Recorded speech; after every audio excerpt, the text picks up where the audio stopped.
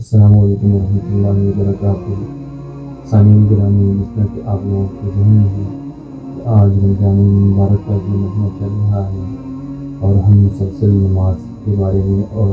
رمضان المبارک کے بارے میں مسائل اور احادیث مبارکہ بیان کرتے رہتے ہیں۔ آج انشاءاللہ تعالی ایک احادیث مبارکہ ہم آپ کے سامنے بیان فرمائیں گے۔ حضرت ابو ہریرہ رضی اللہ تعالیٰ عنہ روایت کرتے ہیں کہ جناب محمد مصطفیٰ احمد مجتبیٰ سرور کائنات دو عالم صلی اللہ علیہ وآلہ وسلم نے مجھے نصیحت فرمائی کہ اے ابو ہریرہ، چاہے تجھے ٹکڑے ٹکڑے کر دیے جائیں مگر اللہ کے ساتھ کسی کو شریک نہ ٹھہرانا، یا تجھے آگ میں جلا دیے جائیں تب بھی اللہ کے ساتھ کسی کو شریک نہیں ٹھہرانا، اور فرض نماز کو قصداً کبھی نہیں چھوڑنا، اور جس نے فرض نماز کو قصداً چھوڑ دیا تو اللہ تعالیٰ کا اس سے ذمہ حفاظت اٹھ گئی، یعنی اللہ کی حفاظت سے نکل گیا۔ اور نمبر 3 کہ شراب کبھی نہیں پینا، کیونکہ یہ تمام برائیوں کا دروازہ کھولنے والی چیز ہے۔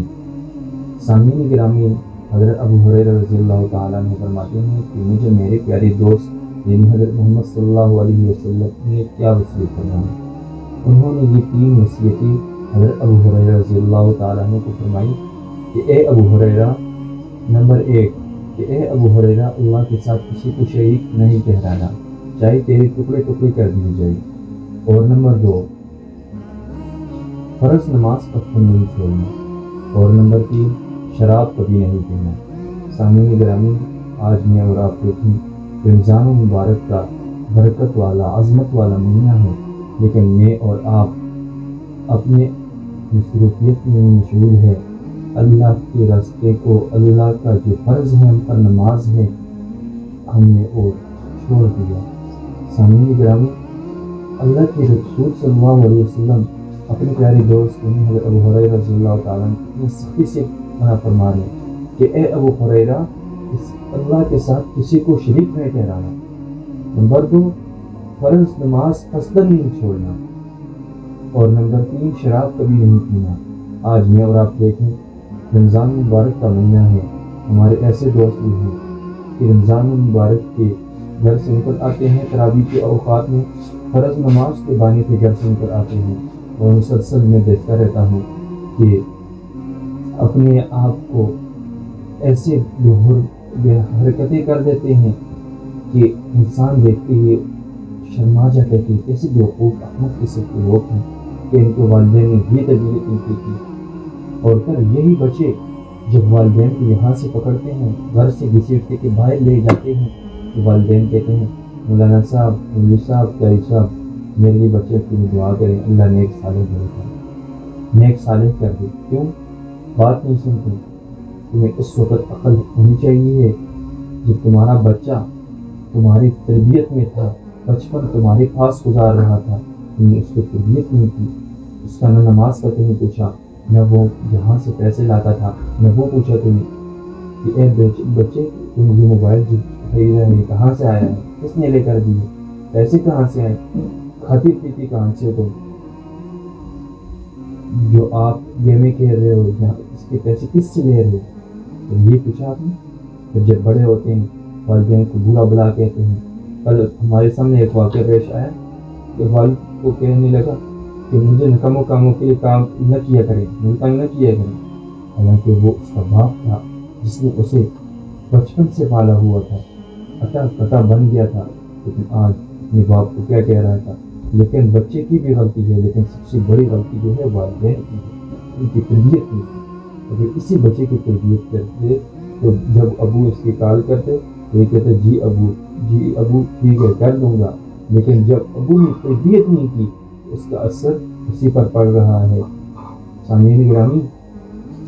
اگر آپ چاہتے ہیں کہ میرا بچہ نیک صالح بڑا ہو تو کبھی اپنے بچے کو حرام کا لقمہ نہ کھلانا، کبھی حرام کی کمائی اسے نہ کھلانا، دین سے دور نہ ہونا، کیونکہ جب آپ دین سے دور ہوں گے جو آپ کی آئندہ نسل آنے والی ہے وہ آپ سے زیادہ دین سے دور ہوں گے۔ جب آپ دین کے قریب ہوں گے تو کہ جب آپ کے بچے پیدا ہوں گے وہ آپ کے دیکھ کر آپ کی خوشی کریں گے۔ سامعین گرامی، اب یہ دیکھیں کہ ویڈیو میں دیکھی ہے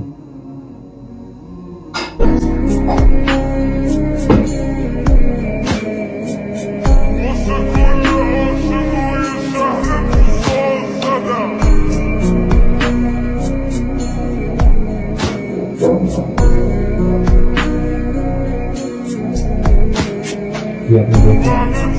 کہ مسجد میں بیٹھ کر ایک کے پیچھے سے مستی کر رہا ہے، انہیں اس کے انشرات۔ دوسرا یہ ایک رکوع میں گیا، دوسرے آنکھ کی گر کے اسے بھی گرا دیتے ہیں، اور اس سے احمق قسم کے لوگ جو ہیں وہاں سے بہو کے وعدے لگا رہے ہیں۔ کیا یہ اجین بیٹھے ہیں کہ ان کے والدین نے ان کی یہ تربیت کی ہے؟ اگر والدین کی ان کی اچھی تربیت کرتے اور کہتے کہ اللہ کی گھر اتنی عظمت والی گھر ہے، اس کا کیسے اس میں جانا ہے، کیسے وہاں بیٹھنا ہے، وہاں کیا کرنا ہے، تو یہ بچے وہاں پر یہ کام آپ نہیں کرتے۔ لیکن بہت دکھ سے کہنا پڑتے ہیں کہ اپنے بچوں کی اصلاح کیجیے، یہی بچے کل اٹھ کر آپ کے بھی